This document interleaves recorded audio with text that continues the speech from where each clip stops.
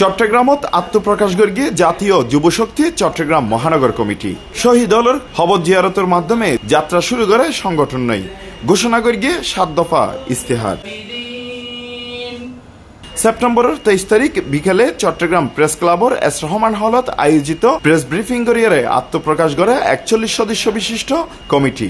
খুব কম সময়ের মধ্যে একটা দল প্রতিষ্ঠিত হয়ে তার সবচেয়ে মহানগরী লেভেলে একটা কমিটি খুব শীঘ্রই দিয়ে দিয়েছে।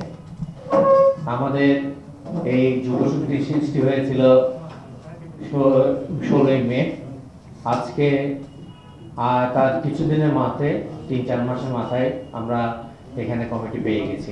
ক্ষমতা এবং জনতার প্রশ্নে আমরা সবসময় জনতাকেই বেছে নিয়েছি, যার একটা প্রমাণ হচ্ছে আজকে আমাদের নবগঠিত কমিটি যাবে মহানগর পূজা উদযাপন পরিষদের সাথে বৈঠক করতে এবং তাদেরকে আমরা নিশ্চয়তা দিয়ে আসবো 2021 সালের যে রক্তাক্ত শারদ হয়েছে সেই রক্তাক্ত শারদের ইতিহাস বাংলাদেশে আর কখনো আমরা দেখতে চাই না। অনুষ্ঠানত উপস্থিত আছেন জাতীয় যুবশক্তির কেন্দ্রীয় সংগঠক মোহাম্মদ আশরাফুল হক টিপু, মহানগর আহ্বায়ক ইরফাত ইব্রাহিম, সিনিয়র যুগ্ম আহ্বায়ক মোহাম্মদ মইনুল হোসেন, সদস্য সচিব আবু নাইম, মোহাম্মদ মোস্তফা রিমন, দপ্তর সম্পাদক মোহাম্মদ রাইয়ান হোসেন রাফি সহ কমিটির অন্যান্য সদস্য।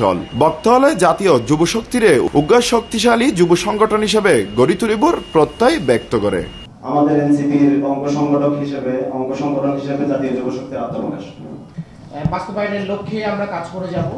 গত 20 তারিখ আমাদের চট্টগ্রাম মহানগরের আহ্বায়ক কমিটি প্রস্তাবিত করা হয়।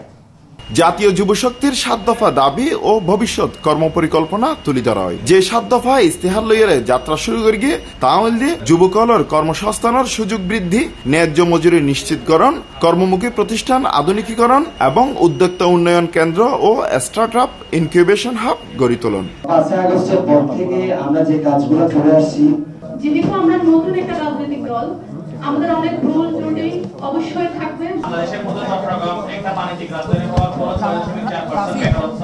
দেশের উন্নয়ন, গণতন্ত্র প্রতিষ্ঠা এবং জনগণের অধিকার আদায়ে তরুণ প্রজন্মরে ঐক্যবদ্ধ লইয়ে হাজ গরিবর আহ্বান জানাইয়ে আনুষ্ঠানিক যাত্রা শুরু করি জাতীয় যুবশক্তি চট্টগ্রাম মহানগর কমিটি। Hossain Abbas, C+ TV, Chittagong.